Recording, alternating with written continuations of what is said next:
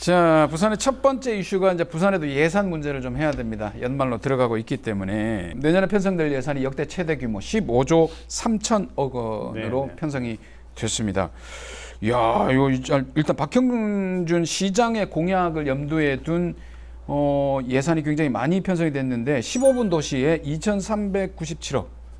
요건 충분히 힘실어 줄만 하지 않습니까?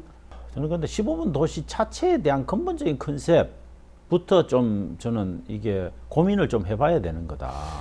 결국은 그렇습니까? 15분형 도시라고 하는 것들을 내놓으시긴 했지만 15분형 도시가 이런 부산 같은 이런 밀집한 거대 도시에 정말 맞는 개념이냐. 그래서 그 2,397억의 돈을 정말 필요한 곳에 우리가 쓰고 있냐. 그리고 그 썼다고 해서 그만큼의 효과가 나냐. 원래 15분형 도시가 지향했던, 그리고 유럽이나 이런 데서 지향했던 그 도시의 어떤 미래 비전을 제대로 달성하는데 효과를 내냐. 뭐 이런 부분에 대한 고민들이 저는 조금은 필요하다고 봅니다. 근데 뭐 일단은 정해졌고 15분 도시로 한번 가겠다라고 뭐 시정부가 생각을 하니까 일단 가는 모습은 봐야 되지 않을까요? 이런 생각을 좀 하는 것 같습니다. 북한이 완전히 자리를 잡고 나면 동구가 살아날 거고, 어느 정도. 동구가 살아나면 영도까지도 긍정적인 영향이 미치지 않겠느냐라고 하는 생각을 갖고 있는 것 같아요. 그래서 아마 북한 개발에다가 많은 돈을 지금 투자를 하고 있는 거고, 부산이 지금 원래는 지금 해운대, 그 다음에 에코델타하고 명지 신도시를 중심으로 해서 이제 서부산, 그리고 이제 이 북한을 중심으로 해가지고 구도심, 이렇게를 살려나가는 방향인데 그런 것들이 잘 되면은 좋지 않겠느냐 그런 생각을 갖고 근데 15분 도시의 핵심은 생활하는 데만 있는 게 아닙니다. 그거는 직장과 주거가 복합된 그래서 15분 안에 모든 것들이 다 해결되는 구조 속에 이야기를 하는 겁니다. 부산이 베드타운 도시입니다. 아침마다 동서고가가 거꾸로 막히는 도시입니다. 여기에서 있다가 30분, 40분, 1시간을 차 타고 나가서 밖에서 벌어온 돈을 써야 되는 도시입니다. 여기는 베드타운. 그러니까 부산 베드타운 도시인 건 명확하죠. 여기서 주거를 하고 일은 오히려 밖으로 간다. 그렇죠. 당연히 15분 도시를 만들려면 그 일자리를 그렇게 산재해서 15분 안에 주거와 일자리가 함께 해결할 수 있는 그런 종류의 생활 단위들을 만들어 줄 수 있습니까? 맞네. 일자리는 줄어들고 있는데.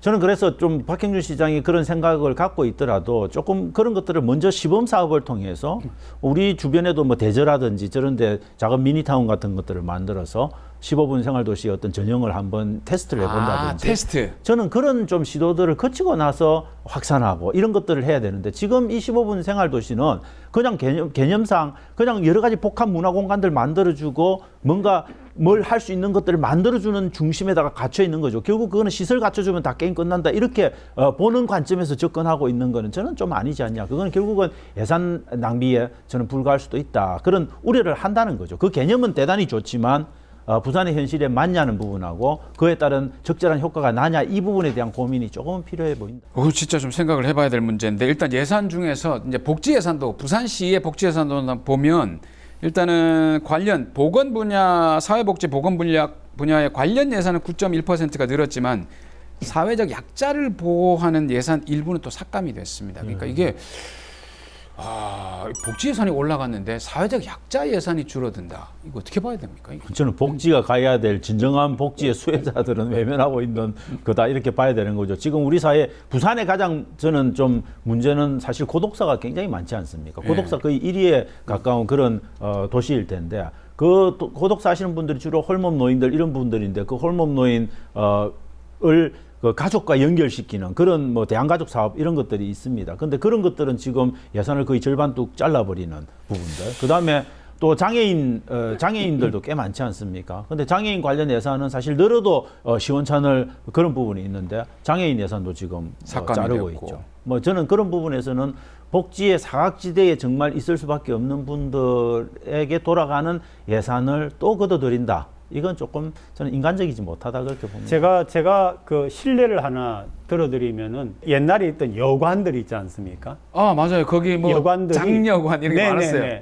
여관들이 지금 여관의 기능을 하는 게 아니고 이제 초고령 사회 노인분들이 거기 들어가서 사십니다. 사시는데 방 한 칸 얻어서 단기 숙소 같은. 네, 아니요. 그러니까 아예 어떻게 하느냐 하면은 이분들이 한 달 들어오는 수입이 총 35만 원이랍니다. 정부에서 받는 게. 예. 35만 원 중에서 한 25만 원 정도를 거기에다가 그러니까 일세, 월세로 주는 거죠. 그러면 나머지 10여만 원이 남는데 그 10여만 원이 거의 약값으로 들어간답니다. 그러니까 실제로 거기 사시는 분들을 가보면은 컵 라면을 하루에 2번 나누어 드신다는 거죠. 아, 근데 그게 실제로 지금 상당수가 그런 생활을 하고 있습니다. 지금 이제 한두 분만 얘기하는 게 아니라.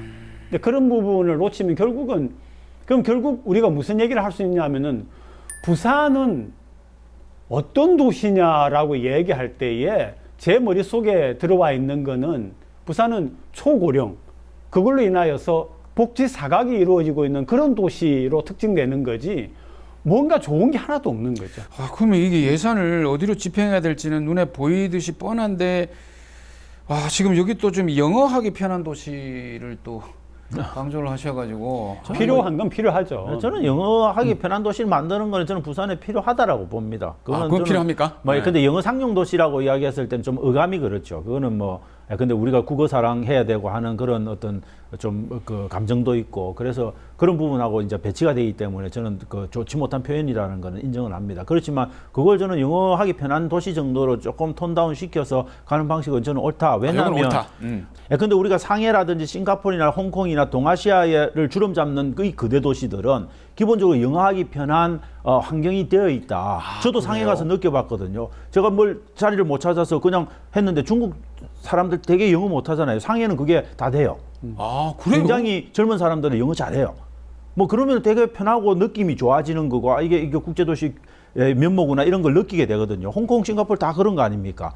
그러면은 저는 부산을 기본적으로 그런 동아시아의 중심 도시, 해양 관문 도시인 홍콩, 싱가포르 이런 것처럼 만들기 위해서 나는 어떤 계획을 갖고 있고 그 계획 속에 우리 시민들이 어떻게 영어에 친화적인 그런 것들이 돼야 국제적인 도시가 된다라고 하는 그런 어떤 일련의 시나리오를 만들어주고 보여주고 그래서 비전 속에서 이걸 설명을 좀 할 필요가 있지 않냐. 근데 갑자기 툭 튀어나온 갑툭튀 같은 그런 느낌을 주기 때문에 국어를 사랑하고 좀 그런 민족 감정에 대한 좀 민감하신 분들은 이걸 받아들이기가 굉장히 어려운 겁니다. 그래서 저는 이런 좀 설명을 곁들여서 조금 시민들을 끌고 가는 차원은 괜찮다. 그리고 저는 그런 관점에서 부산이 살아갈 길은 메가시티 같은 것들을 통해서 그런 국제적인 어떤 도시, 홍콩과 싱가포르를 홍콩을 대체할 수 있는 그런 도시로 만들어가는 저는 노력이 필요하다고 보기 때문에 그런 관점에서 부산은 적어도 영어 정도는 제대로 하는 사람들이 꽤 많아서 국제적인 감각이 좀 뛰어난 도시가 될 필요가 있다. 그런 관점에서 영어 편하기 쉬운 도시 정도 하는 거는 저는 시민들이 수용할 필요가 있다. 그렇게 봅니다. 그다음에 여기다가 한 가지 붙이고 싶은 거는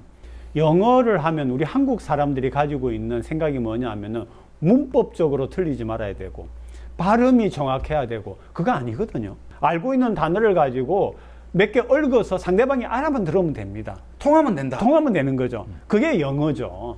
그래서 그렇게 좀 편한 그런 감을 일단은 가지고 출발하시는 게 저는 좋다고 봅니다. 아, 요거는 괜히 저도 이제 국어 사랑하는 사람이라서 영어 이러니까 갑자기 화가 확 자신 있게 나는데, 영어 하세요. 네, 생각을 딱 네네. 똑바로 해야 될 것 같습니다. 아, 좋습니다. 오렌지를 오렌지라고 할 수 충분히 있는 알아듣습니다. 그런 도시가 돼야 되겠습니다. 자, 그리고 이제 그 지난번에 우리 또 과밀 예산 얘기를 조금 더 하면 과밀학급 얘기를 했거든요. 과밀학급 얘기를 하면서 교육 예산에 대한 부분도 얘기를 좀 했었는데 이번 편성된 거는 16.2%가 교육 예산이 늘어났습니다.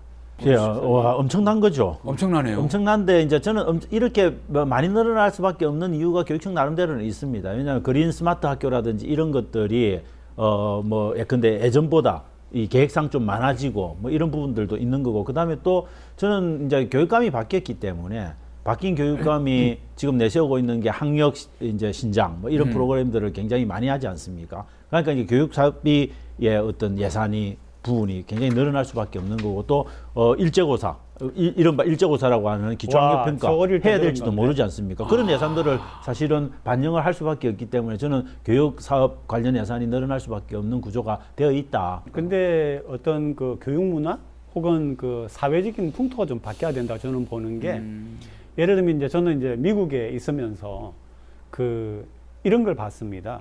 기업에서 채용하거나 또는 사회적으로 어떤 사람을 평가할 때 단박에 버클리 대학에 붙어가지고 졸업을 해서 하는 사람도 뭐 잘한 거지만은 거기에서 이제 당장에 버클리 갈 실력이 아니었어요. 그래가지고 2년제 시티 칼리지로 갑니다.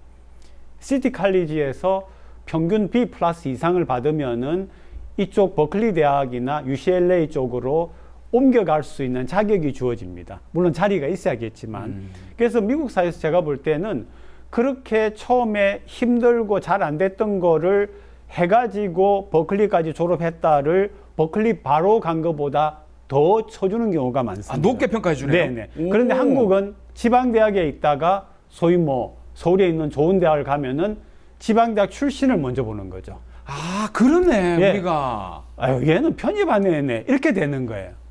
이런 것들이 여전히 남아있기 때문에. 그러니까 여전히, 그러니까 이 아이가 이렇게 해가지고 성장하고 해오는 과정을 더 높게 평가해 주는 게 아니라 어디 대학을, 그것도 대학원도 아닙니다.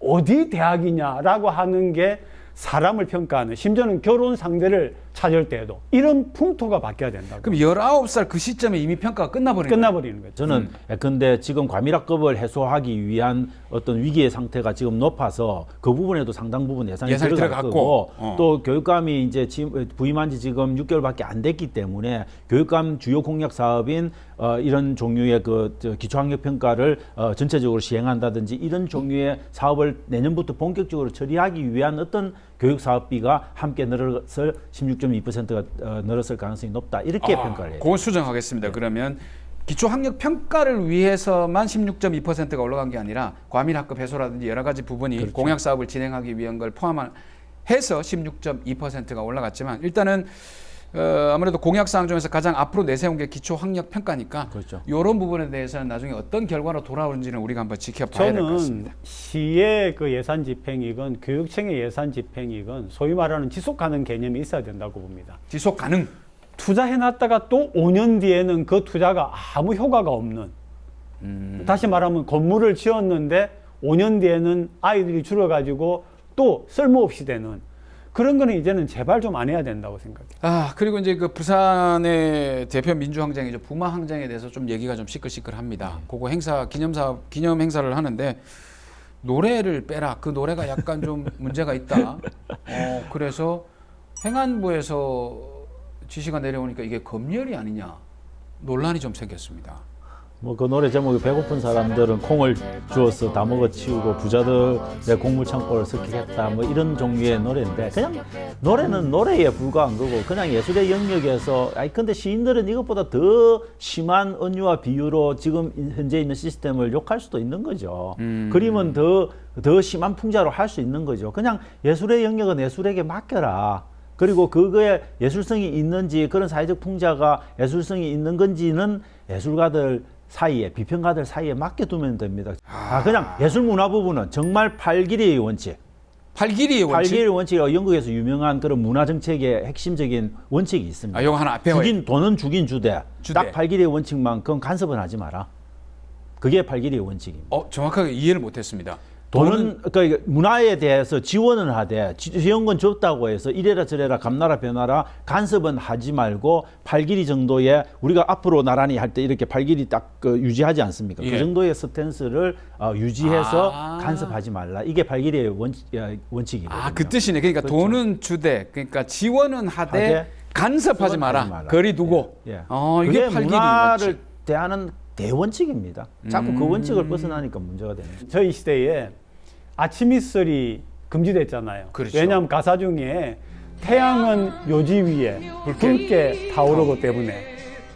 붉게 타오르면 안 지금이 되죠. 어느 시대인데 그렇게 타오르면 안 되는 거죠. 안 되는 건가? 안 됩니다. 그러면은 태양이 이제 컴컴하게 그러면은 태양이 타올라야 그렇게 타올라야 되는 거야. 옛날엔 동백꽃도 빨갛게 피면 안 됩니다. 안 그건 되죠. 안 돼요. 되죠. 동백 아가씨. 와, 1970년대 중후반에 있었던 일인데 이미 2022년인데 그러니까 이게 왜 이런 거를 사사건건이 표현의 영역에서 이건 되고 이건 안 되고 그렇게 하면은요, 결정을 해주는지 모르겠어요. 우리 한국에는 서태지도 없었고 그러니까 BTS도 없었어요. 그나마 그 가수 1학년 때 이거 빼고 상록수라도 불러달라고 한 게 다행입니다. 애국가 부르지 말라고 했어요. 자, 이렇게 오늘도 중앙 이슈와 부산 이슈를 다양하게 좀 살펴봤습니다. 부산연구소 사실 뭐 정관과 연구기관이 연계가 잘 안 된다는 얘기를 이제 중간에 좀 했었는데 저희 부산연구소하고는 정관계가 조금 얘기를 좀 해야 될 것 같습니다.